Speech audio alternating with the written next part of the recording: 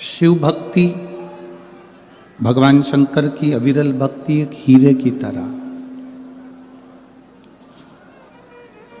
उस हीरे को यदि हमको प्राप्त करना है, उस हीरे को यदि हमको प्राप्त करना है, हमको चाहिए, तो आप इस शिव महापुराण के अंदर प्रवेश करते जाओ, जाते जाओ, जाते जाओ, जाते जाओ, आखिरी में शिव भक्ति का हीरा तुम्हारे हाथ में होगा और तुम्हारा कार्य सफल होगा। अकाल मृत्यु वो मरे जो काम करे चंडाल का, काल उसका क्या बिगाड़े जो भक्त हो महाकाल का। जो शिव की आराधना करता है, शंकर की उपासना करता है, शिव भक्ति में डूबा रहता है, वो किसी अन्य से डरने की उसको जरूरत नहीं होती। उसकी भक्ति का बल उसके पास में होता, उसके विश्वास का बल उसके साथ में होता। आप इतनी इतनी दूर से कथा का रस तत्व ग्रहण करने के लिए आते हो, एक विश्वास के साथ आते हो, एक भरोसे के साथ आप यहां पहुंचते हो। महाराज, यदि आपका लक्ष्य पक्का है, आपकी मेहनत पक्की है, आपका परिश्रम पक्का है, आपका कर्म की प्रधानता पक्की है, तो ये निश्चित है कि शिव मिलेगा और आपका दुख कटेगा, ये निश्चित है। एक बड़ा अच्छा संवाद आता है स्वामी विवेकानंद जी का। स्वामी विवेकानंद जी के पास में एक व्यक्ति आकर बैठा।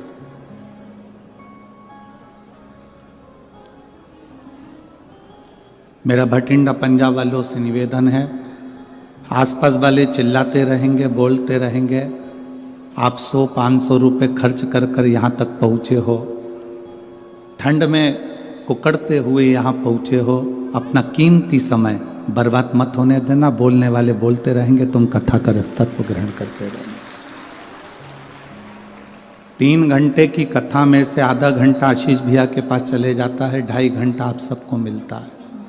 वो 2.5 घंटा आपका शिव के लिए होना चाहिए और शिव आपके लिए होना चाहिए, इसके सिवाय कोई बीच में ना हो। आपकी भक्ति प्रबल करो। जब एकादशी का व्रत करते हो, चतुर्थी का व्रत करते हो, तीज का व्रत करते हो, तो कोई ना कोई परेशानी जरूर आती है। आप जब कथा श्रवण करने के लिए बैठोगे तो कोई ना कोई अड़चन जरूर आएगी, कोई सामने आएगा, कोई निकलेगा, कोई आएगा, कोई जाएगा। आपकी चित्तवृत्ति शिव पुराण की ओर होना चाहिए, आपका मन भगवान में रमा हो, भक्ति में रहो। और हमारा तो कार्यकर्ताओं से भी निवेदन है, आपके कारण किसी श्रोता भाई बहन को तकलीफ ना हो, इसका ध्यान रखकर आप प्रेम से बैठकर कथा सुनोगे तो जिंदगी की सार्थकता सिद्ध होगी। कौन आ रहा है? वो तो माननीय श्री अमरजीत जी मेहता जी को धन्यवाद दूंगा, बांके बिहारी समिति को धन्यवाद दूंगा, जो इस कथा को यहाँ तक भटिंडा तक पंजाब तक लेकर आ गए। अब आपको उसको प्राप्त करना है, आपको उसको ग्रहण करना है, ये आपके ऊपर। स्वामी विवेकानंद जी के पास में एक व्यक्ति आकर बैठ गया और उस व्यक्ति ने कहा, मैं बहुत परेशान हूं,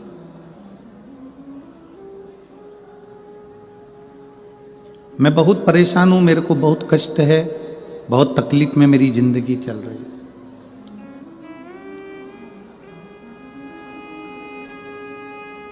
स्वामी विवेकानंद जी, मेरी परेशानी को समाप्त कर दीजिए। कल आपको कथा में कहा था, संत, साधु, गुरु 3 चीजों से दूर रहता है। जो गुरु नानक देव जी ने नामदेव जी को बताया था, 3 चीजों से संत, साधु, गुरु दूर रहता है। पहला नमस्कार, दूसरा चमत्कार और तीसरा नमस्कार। असली अगर गुरु है, असली अगर संत है, असली अगर साधक है, तो वो ये तीन चीजों से दूर है। उसको कोई मतलब नहीं इन तीन चीजों। किसने प्रणाम करा, किसने नहीं करा, कौन ने भेंट चढ़ाई, कौन ने नहीं चढ़ाई, उससे कोई उसका मतलब नहीं, उससे कोई सब।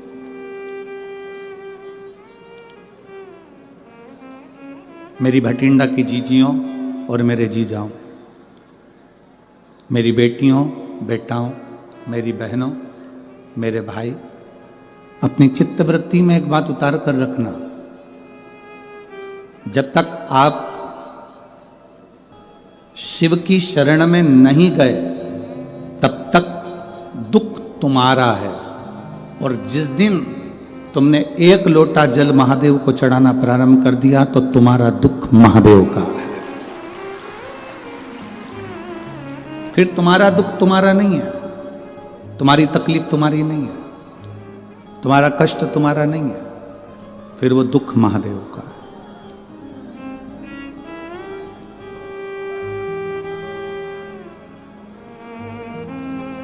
ये कथा का जो पंडाल है, लोग इसको कहते हैं शिव महापुराण की कथा हो रही है। हम कहते हैं ये शिव महापुराण की कथा नहीं हो रही है, नेत्रों की जांच हो रही है, नेत्र शिविर लगा है, इसमें आंखों की जांच है। कोई कोई मरीज ऐसा होता है, हॉस्पिटल में जाता है, डॉक्टर साहब से कहता है मुझे दूर का नहीं दिखता, मुझे दूर का नहीं दिखता। डॉक्टर उसको दवाई देते हैं, ड्रॉप देते हैं, आंखों में डालकर देखता है, अभी भी मुझे दूर का नहीं दिखता। डॉक्टर साहब ने उसको टेबलेट दे दी, उसने ली, मुझे दूर का नहीं दिखता। अब डॉक्टर ने कहा यदि तुम्हें दूर का नहीं दिख रहा तो मैं एक चश्मा बना देता हूं, चश्मे से दिखेगा। चश्मे से उसको दूर का दिखने लगा। फिर कोई डॉक्टर के पास गया, डॉक्टर साहब मुझे पास का नहीं दिखता।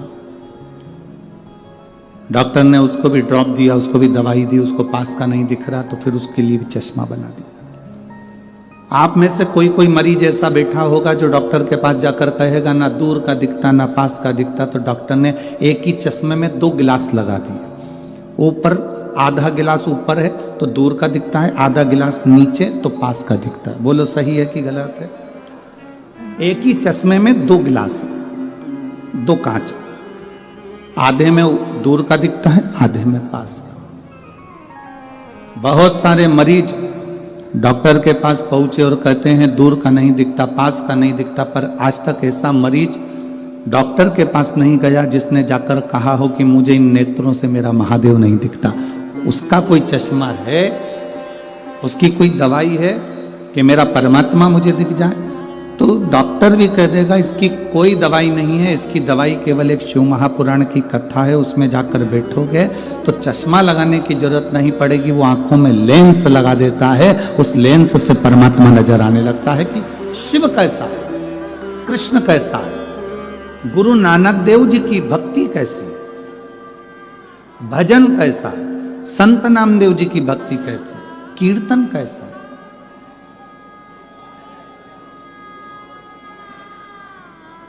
आप सब इस कड़कती हुई ठंड में, कड़कड़ाती हुई ठंड के अंदर स्टेडियम के एक एक कुर्सियां आप अगर देखेंगे तो सब भरी पड़ी है, पूरा ग्राउंड में पांव रखने की जगह नहीं है। जितने लोग ग्राउंड के अंदर हैं उतने लोग ग्राउंड के बाहर जितनी दुकानें हैं उन दुकानों में जो टीवियां लगी हैं उनके पास में बैठकर कथा सुन रहा है।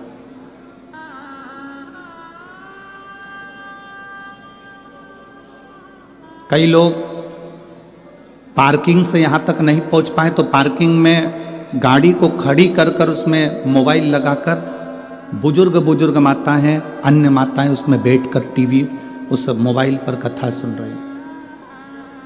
शायद भटिंडा के इतिहास में ऐसा भक्ति शायद भटिंडा वालों ने कभी नहीं देखी होगी जो भक्ति का दर्शन यहां हो रहा है।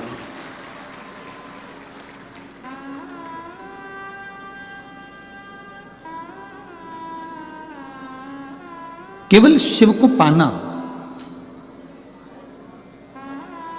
स्वामी विवेकानंद जी से एक व्यक्ति ने जाकर कहा कि मैं बड़ा दुखी हूं, मैं बड़ा कष्ट में हूं, मैं बड़ा तकलीफ में हूं, मुझे बड़ी तकलीफ है, बहुत तकलीफ। तकलीफ किसको नहीं है? दुख किसको नहीं है? कष्ट किसको नहीं है?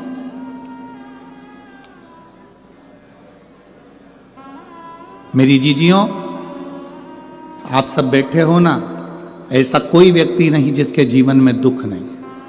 आपका पेट दुखता होगा तो क्या हमारा पेट नहीं दुखता होगा? आपका सिर दुखता होगा तो क्या हमारा सिर नहीं दुखता होगा? आपके हाथ पैर दुखते होंगे तो क्या हमारे हाथ पैर नहीं दुखते होंगे? बड़े से बड़े महाराज को बुला लो, बड़े से बड़े महात्मा को बुला लो और बड़े से बड़े साधक को बुला लो जो कह दे कि मेरे जीवन में दुख नहीं है। दुख किसको नहीं है? कोई तन दुखी, कोई मन दुखी, कोई धन बिन रहत उदास, तुलसी या संसार में सुखी राम का दास। संसार में केवल एक सुख है जो परमात्मा की शरणागति है, जो भगवान की शरणागति है, जो भगवान की भक्ति है, जो भगवान का भजन, ये सुख है।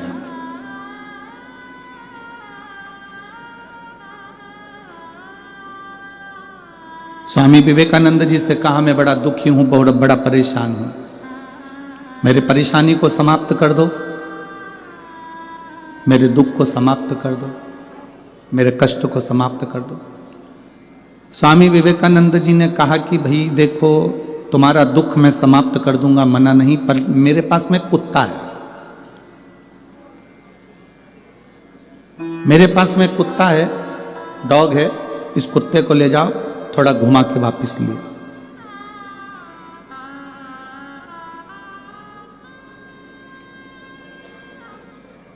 इस कुत्ते को लेकर जाओ और घुमा के वापस लेकर आओ। स्वामी विवेकानंद जी से उस व्यक्ति ने कहा, मैं कुत्ता घुमा कर लेकर आऊंगा, उसके बाद मेरी समस्या हल हो जाएगी, मेरा दुख मिट जाएगा। जाओ जाओ, पहले कुत्ते को घुमा कर लेकर आओ।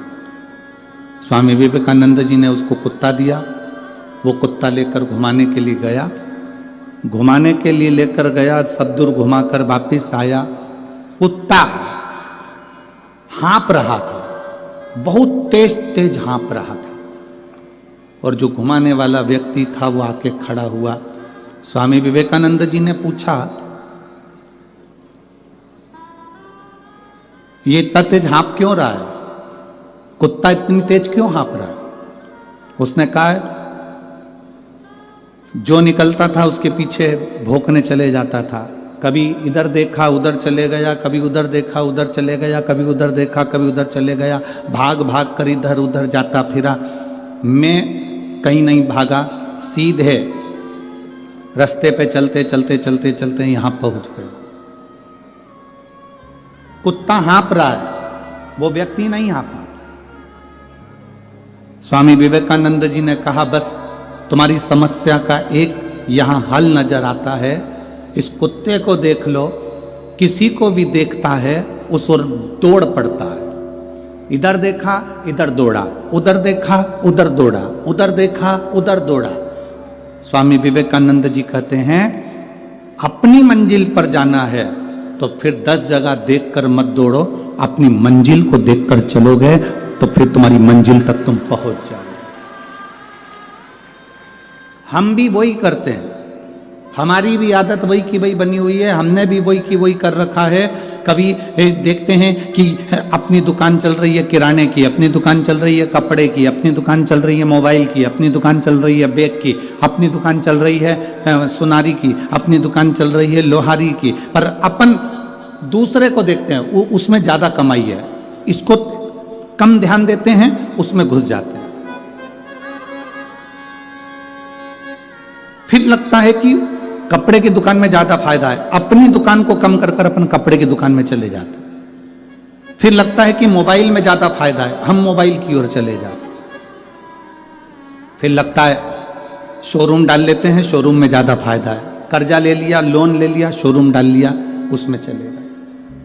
अगर तुम जिस दुकान को कर रहे थे, भले वो चाय की क्यों ना हो, चाहे बिस्कुट की क्यों ना हो, चाहे बेकरी क्यों ना हो, चाहे वो किराने की क्यों ना हो, जिस दुकान को तुम कर रहे हो, एक लक्ष्य को मजबूत बनाकर करते और 10 जगह तुम्हारा ध्यान नहीं जाता तो उसी दुकान में तुम 4 चांद लगा बैठते। व्यक्ति परेशान क्यों है? क्योंकि उसको दूसरे की चमक नजर आ रही है। आज का व्यक्ति दुखी क्यों है? क्योंकि उसका पड़ोसी सुखी है, उसको दूसरी जगह चमक नजर आ रही है। शिव महापुराण की कथा कहती है हमने अपनी आदत बना ली लपकने की। अपना काम अच्छा नहीं लग रहा, इसमें कोई इनकम नहीं हो रही, इसमें कोई फायदा नहीं हो रहा, अपन दूसरे काम को करते हैं। वो छोड़ा फिर वो करा, फिर वो छोड़ा फिर वो करा।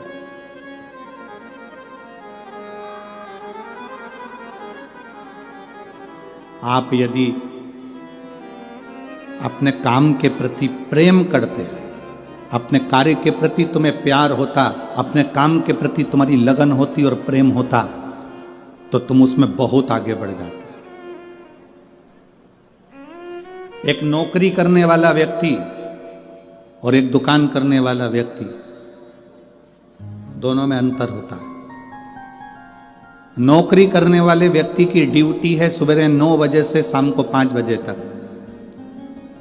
किसी की ड्यूटी है 10 बजे से 7 बजे तक, किसी की ड्यूटी है 11 बजे से 9 बजे तक। नौकरी करने वाला व्यक्ति और दुकान धंधा करने वाला व्यक्ति, इसमें अंतर, दोनों में अंतर। नौकरी करने वाले की नौकरी 5 बजे तक ड्यूटी है, वो 4 बजे से घड़ी देखना चालू कर देता है। आप में कई लोग नौकरी वाले बैठे होंगे और ईमानदारी से बोलना सही है कि गलत है? बोलो बोलो, जम के बोलो जरा, सही है ना? नौकरी करने वाला व्यक्ति 4 बजे से घड़ी देखना चालू कर देता है, 4 बजे से काम समेटना चालू कर देता है, 4 बजे से उसका ध्यान घड़ी पर जाना प्रारंभ हो जाता है कि 4 बजने वाली है, 5 बजने वाली है, 5 बजने, 4 बजे से वो घड़ी देखना चालू कर देता। क्यों? क्योंकि उसको प्रेम नहीं है अपने कार्य से, प्यार नहीं है अपने कार्य से। हमेशा वो बॉस को कोसता रहता है, ऑफिसर को कोसता रहता है, काम के प्रति क्रोध आ जाता है, गुस्सा आ जाता है। नौकरी करने वाला व्यक्ति 4 बजे से अपनी घड़ी देखना चालू कर देता है, पर जिसकी दुकान होती है, व्यापार होता है, काम धंधा होता है, जिसकी दुकान है, वो कभी घड़ी नहीं देखता। वो तो और सोचता है उसको, क्योंकि अपनी दुकान से प्यार होता है, तो रात के 9 बजे तक भी ग्राहक आते रहे तो वो बैठा रहता है, क्योंकि उसको प्यार है अपने कर्म से, उसको प्यार है अपनी दुकान से, उसको प्यार है अपने व्यापार से।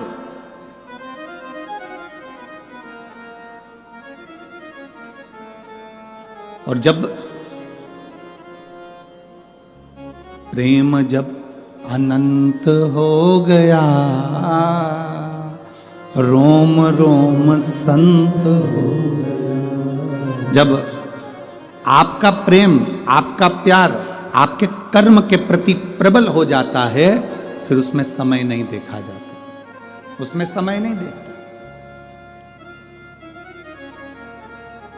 कई लोग कथा में भी बैठते हैं तो वो जैसे ही 3-4 बजी, 4 बजे के बाद इनका मन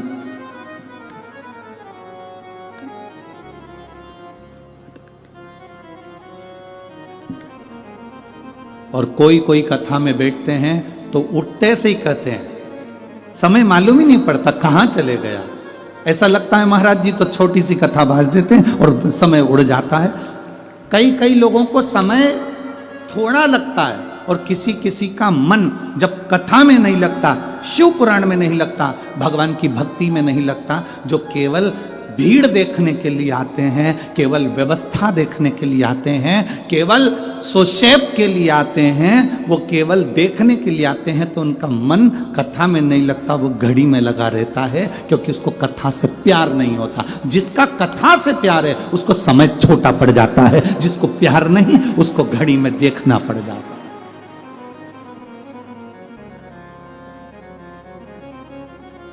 आप जिसको स्नेह करते हो ना, आप जिससे प्रेम करते हो ना, और बहुत पक्का प्रेम है ना, तो उसके साथ अगर 4 घंटे भी बैठोगे ना तो यूं कहोगे, अभी जा रहे हो इतनी जल्दी, इतनी जल्दी क्या पड़ी तुम्हें घर जाने की? जिससे बहुत ज्यादा प्रेम है, बहुत ज्यादा स्नेह है, 5 घंटे भी छोटे पड़ जाते हैं। और जिससे प्रेम नहीं है ना, उसके साथ टाकीज में भी 3 घंटे बैठे हो ना, थिएटर में, तो भी कब टले, कब जाए, कब जाए। जिस दिन तुम्हारा प्रेम, तुम्हारा प्यार, तुम्हारा स्नेह शिव जी के प्रति हो गया, भगवान शंकर के प्रति हो गया, उस दिन से ना तो तुम्हें घड़ी देखने की जरूरत पड़ेगी, क्योंकि तुम्हारी घड़ी और तुम्हारा समय महादेव खुद चलाएगा स्वयं। कभी किसी से पूछना, अगर आपकी किसी से बात होती हो तो पूछना कि घड़ी किसने बनाई, समय किसने बनाया, पल किसने बनाया, नक्षत्र किसने बनाया, ग्रह किसने बनाए, वार किसने बनाए, ये रविवार, सोमवार, मंगलवार, बुधवार, गुरुवार, शुक्रवार, शनिवार, शुभ लाभ, ये सब बनाया किसने, पल किसने बनाया, घड़ी किसने बनाई, समय किसने बनाया, नक्षत्र किसने बनाया। किसी से पूछोगे तो वो एक ही बात कहेगा, महादेव ने बनाया, शिव ने बनाया, शंकर।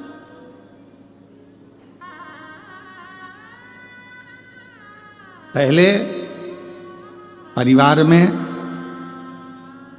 एक व्यक्ति के पास में घड़ी होती थी। किसके पास घड़ी होती थी?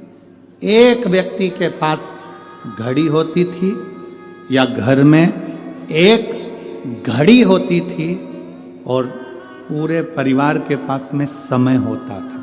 बोलो सही है? पूरे परिवार के पास में समय है। घड़ी पहले एक व्यक्ति के हाथ में होती थी, एक व्यक्ति के पास होती थी, और पूरे परिवार में समय होता था। आज के जमाने में घड़ी सबके हाथ में है, पर समय किसी के पास नहीं है। समय किसी के पास नहीं है। 1 मिनट का भी समय पत्नी से बात करने का नहीं, 1 मिनट का समय भी पति से बात करने का नहीं, 1 मिनट का समय भी बच्चों के पास बैठने का नहीं, 1 मिनट का समय भी अपने भाई बंधु के पास बैठने का नहीं। कोई संबंध नहीं, कोई नाते नहीं, कोई रिश्ते नहीं। आज व्यक्ति अगर थोड़े समय के लिए मिलता भी है तो ऐसी बात करता है जैसे ताने दे रहा है, जैसे गाली दे रहा है, जैसे अपशब्द कह रहा है, जैसे अपशब्दों का उसने बाण छोड़ दिया। जब प्रेम, स्नेह, आसक्ति शिव के प्रति हो जाती है तो समर्पण पूरा। एक पत्र आया, देखिए।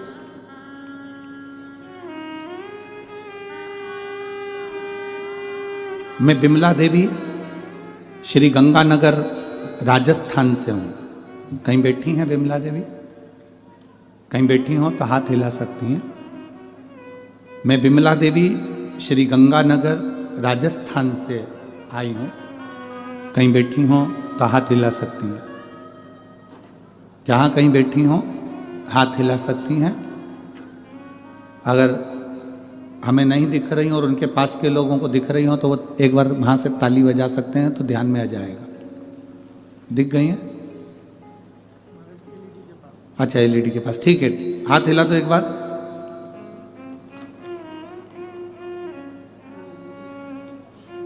एक बार हाथ हिलाइए उधर से। हाँ, ठीक है, दिख गए। मैं बिमला देवी श्री गंगानगर राजस्थान से आई हूं गुरुदेव। पिछले साल मेरी बच्चादानी में कैंसर की गांठ थी। पत्र आप एलईडी पर भी पढ़ सकते हो, आस्था चैनल पर पढ़ सकते हो, मोबाइल पर देख सकते हो। मैं बिमला देवी श्री गंगानगर राजस्थान से कथा सुनने आई हूँ। पिछले साल मेरी बच्चेदानी में कैंसर की गांठ थी और 4th स्टेज की। मैं उसका इलाज मैंने जयपुर से करवाया था।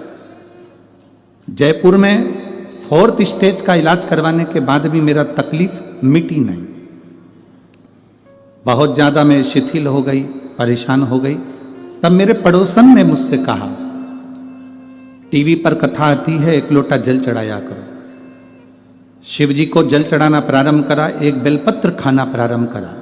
मंदिर मेरे परिवार वालों को भेज देती क्योंकि मुझसे चला नहीं जाता था। 4th स्टेज का कैंसर लास्ट स्टेज में था और तकलीफ बहुत ज्यादा थी। गुरुदेव उस बेलपत्र को लाकर खाना प्रारंभ करा, शिव जी का चढ़ा हुआ जल लेना चालू करा। श्री शिवाय नमस्तुभ्यम, ये दिन भर जपती। और बाबा की कृपा का मैं क्या वर्णन करूं। डॉक्टर के हिसाब से तो मेरी मृत्यु पास में थी, पर मेरे बाबा ने ऐसी कृपा करी, मैंने 9 बार जांच करवा ली, हर जांच में मेरा कैंसर खत्म हो गया। मैं बाबा को प्रणाम करने के लिए आई।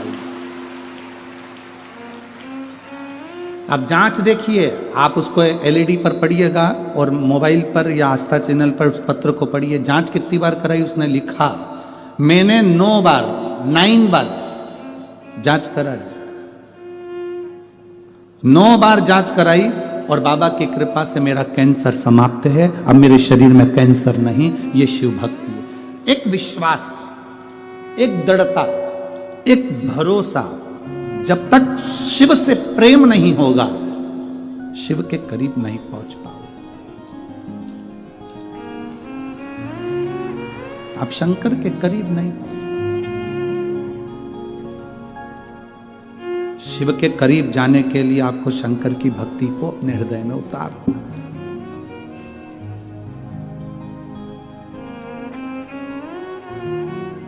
लगा थोड़ी तकलीफें हैं जिंदगी में,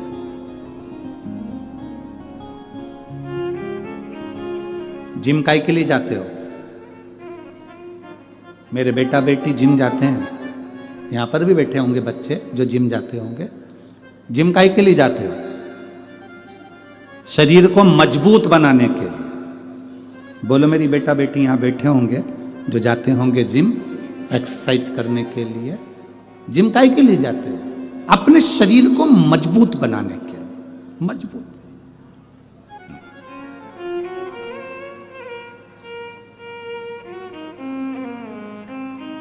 डम्बल्स, प्लेट्स, साइकिलिंग, रनिंग सब कर रहे हो जिम में। नए नए आए हो, लोग हंसते हैं, आपसे उठता नहीं, शर्म भी आती है। पर जिम में एक बात जरूर है, जिम के अंदर गाने लगा दिए जाते हैं। क्यों लगाते हैं गाने? कोई हंसे उस ओर तुम्हारा ध्यान ना जाए। साउंड तेज कर दिया जाता है एक्सरसाइज करते समय। जिम में साउंड बढ़ा दिया जाता है। हॉल में बहुत सारे बेटा बेटी एक्सरसाइज कर रहे हैं और साउंड तेज कर दिया, और तुम जिम में एक्सरसाइज कर रहे हो, तुम प्लेट्स लगा रहे हो, तुम डम्बल्स लगा रहे हो, तुम रनिंग कर रहे हो, तुम साइकिलिंग कर रहे हो, तुम बहुत कुछ कर रहे हो, और गाना क्यों लगाया जाता है?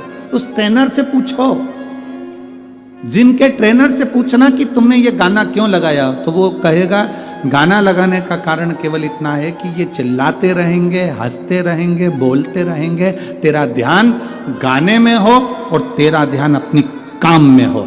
काम में होगा और गाने में होगा तो इनको देखेगा नहीं, और देखेगा नहीं तो एक दिन तू अच्छा मजबूत हो जाएगा और दुनिया में नाम कर जाएगा। इसलिए ये इनको आसपास वाले चिल्लाएंगे। जैसे जिम मजबूत बनाने का काम करती है, उसी तरह शिव महापुराण की कथा भी मजबूत बनाने का काम करती है। तुम्हें इतना पक्का कर देती है शंकर जी के प्रति कि तुम्हारे भीतर वो बल आ जाता है कि अब दुनिया चाहे कुछ भी कहे, आग लगे बस्ती में, अपन रहो मस्ती में, शिव है मेरे साथ। मेरे साथ मेरा भोले बाबा, मेरे साथ मेरा शंकर है, मेरे साथ मेरा शिव है। अब मुझे भटकना नहीं है। अब मैं भटकूंगी नहीं, अब मेरा भटकना नहीं है। एक पत्र है, देखिए।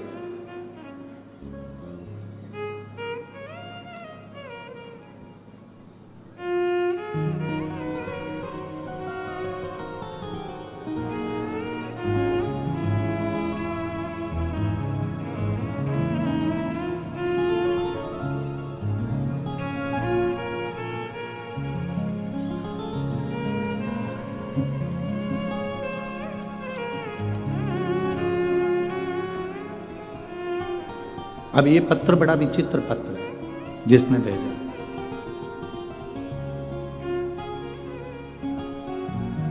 हॉस्पिटल का नाम भी लिखा है, जिस हॉस्पिटल में ऑपरेशन हुआ है।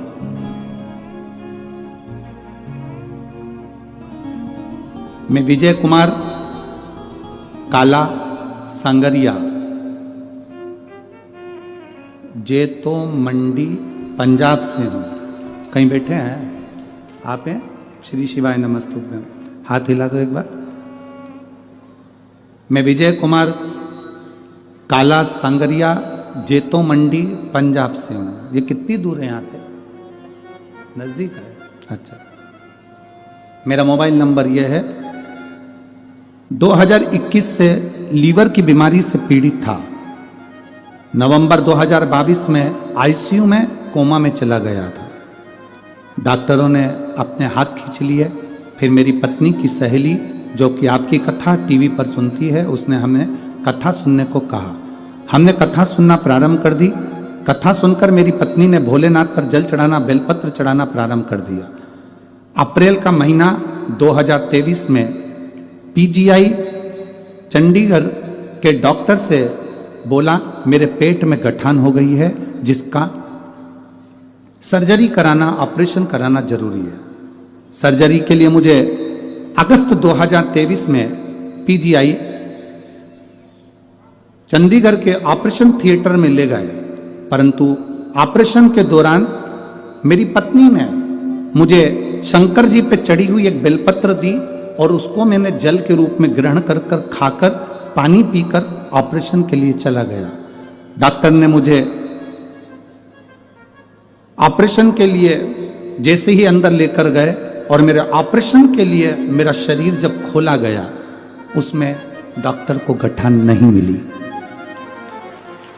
डॉक्टर को गठान नहीं मिली। डॉक्टर ने मुझे दूसरी बार दोबारा से एमआरआई कराई, पेट का वापिस स्कैन करवाया। जांच में पता चला कि वो छोटी गठान तो गायब हो गई, एक बड़ी गठान हो गई। जब मेरा वापिस स्कैन करा गया, एमआरआई करी गई, पेट का स्कैन कराने के बाद मुझे बड़ी गठान बता दी गई। उसी हॉस्पिटल में, पीजीआई हॉस्पिटल में, मुझे ऑपरेशन के लिए फिर कहा गया। ये सारी प्रक्रिया चल रही थी और हमको दोबारा से ऑपरेशन के लिए कहा गया। तो हमने उनसे कहा कि हमें थोड़े समय के लिए छुट्टी करें, फिर हम दूसरा ऑपरेशन कराएंगे। हम उसी बीच में सीहोर पहुंच गए। वहां से बेलपत्र, एक रुद्राक्ष लेकर आ गए, कंकर लेकर आ गए और उस रुद्राक्ष को तांबे के कलश में गलाते, शिव जी को चढ़ाते और उसको पीना चालू करा। अक्टूबर 2023 में ऑपरेशन और लीवर ट्रांसप्लांट के लिए हमें बुलाया गया। मुझे ऑपरेशन थिएटर में लेकर गए। ऑपरेशन की सारी तैयारी होने लगी। फिर वापिस पूरी की पूरी जांचें हुई और जांचों में बड़ी गठान आई, जिसके अंतर्गत मुझे फिर ऑपरेशन के लिए लेकर गए। जब ऑपरेशन के लिए लेकर गए, मेरे शरीर को काटने के लिए मुझे बेहोश करा गया। मेरी माता और मेरे घर के लोगों ने मेरे शरीर पर रुद्राक्ष का जल लगाया और पीने को दिया था। वो पीकर मैं ऑपरेशन के लिए गया। दूसरी बार मुझे बेहोश कर कर वापिस शरीर काटा गया। काटने के बाद में फिर वापिस देखा गया तो शरीर में गांठ नहीं थी। जब शरीर में गांठ नहीं, दूसरी बार फिर वापिस हमको डॉक्टरों ने जांचें करना प्रारंभ करा और आखिरी में डॉक्टरों ने कह दिया तुम्हारे शरीर में कोई रोग नहीं, कोई गठान नहीं, और अब तुम्हारा जो लीवर डैमेज हुआ था वो लीवर भी काम करना चालू कर दिया है, उसका भी ट्रांसप्लांट कराने की जरूरत नहीं है। गुरुदेव, मैं यहाँ बाबा को प्रणाम करने के लिए पंडाल में आया हूँ। केवल एक आस है, एक बेलपत्री मुझे व्यासपीठ की मिले। ले जाओ बाबा, आजा शंभो। और तेरी कृपा बिना ना हिले एक भी, लेते हैं श्वास तेरी कृपा से। हे गंगाधार मुक्ति द्वार ओंकार तू, भोले ओंकार तू, आयो शरण तिया शंभु तार का। बखान क्या करूं मैं राखों के ढेर का, चपटी भभूत में खजाना कुबेर का। हे गंगाधार मुक्ति द्वार ओंकार को भोले ओंकार को आयुष तिहारी शंभु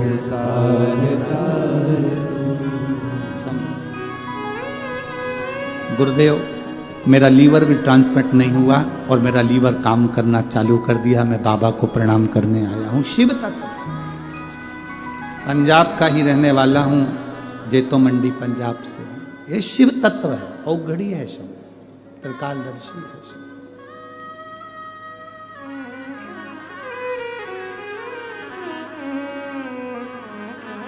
अरे लुटा दिया भंडार काशी, कर दिया माला ये उसकी कृपा, उसकी उदारता, उसकी दया है। आपका विश्वास दृढ़ होगा, आपका भरोसा पक्का होना चाहिए। आप भगवान से प्रेम करेंगे तो वो प्रेम ऐसा ही थोड़ी ना चले जाएगा। कभी अपने आसपास में किसी के स्नेह को देखना, लड़की लड़का जिस लड़की और लड़के का स्नेह होता है, उस लड़की का मोबाइल का बैलेंस भी वही डलवाता है। कौन डलवाए? बस वो इतना सा पूछता है, कल तेरा मैसेज क्यों नहीं आया? बैलेंस नहीं था।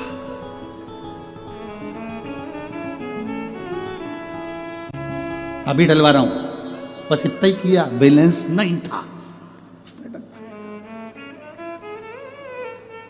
एक दिन दोनों घूमने के लिए गए और जाते जाते इतने में मोबाइल कहीं गिर गया, रोने लगी। अब क्या होगा?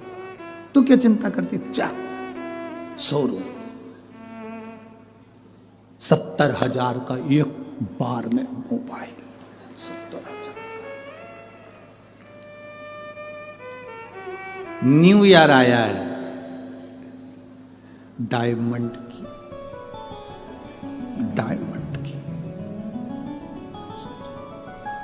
प्यार में कितनी दमदारी है। मुंह से निकलता है और बैलेंस डल जाता है, मुंह से निकलता है मोबाइल आ जाता है, मुंह से निकलता है और डायमंड की रिंग आ जाती है, मुंह से निकलता है और सूट आ जाता है, मुंह से निकलता है चप्पल, मुंह से निकलता है डेंटिंग पेंटिंग का सामान आ जाता है। प्यार में कितनी दमदारी है। जब एक इंसान से प्यार किया तो ये सब कुछ मिल गया। भोलानाथ से प्यार करा होता तो श्वास भी मिल जाए, श्वास भी चलती रही, श्वास भी मिल जाए।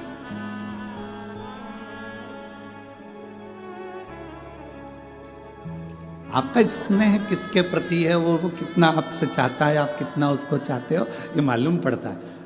लोग कहते हैं गुरुजी शिव पुराण में ऐसा क्या है कि लोगों की यहाँ संतान, ये हम तो पढ़ते ही नहीं। बहुत सारे पत्र ये संतान के फोटो लगा लगा के बैठे भेजे हैं लोगों ने, और कई पत्र ऐसे 8 साल 10 साल 12 साल 15 साल इतने पत्र नीचे पड़े, केवल बच्चों ही बच्चों के।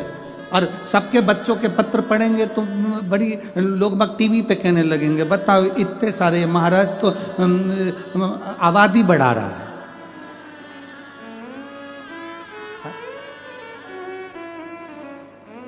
जिसके यहाँ 25-25 30 साल में नहीं हो रहे थे उसके यहाँ भी हो रहे हैं, तो अभी महाराज तो टेंशन दे दिया वापिस भारत।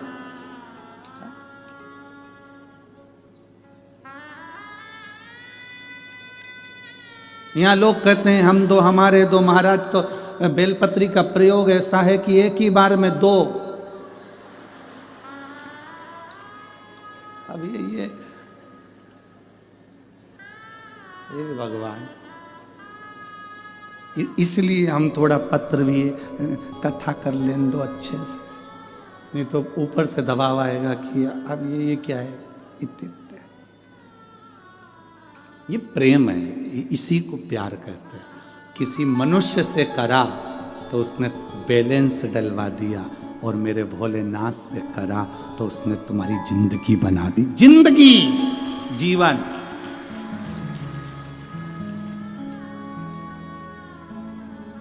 और मेरे भोले तेरा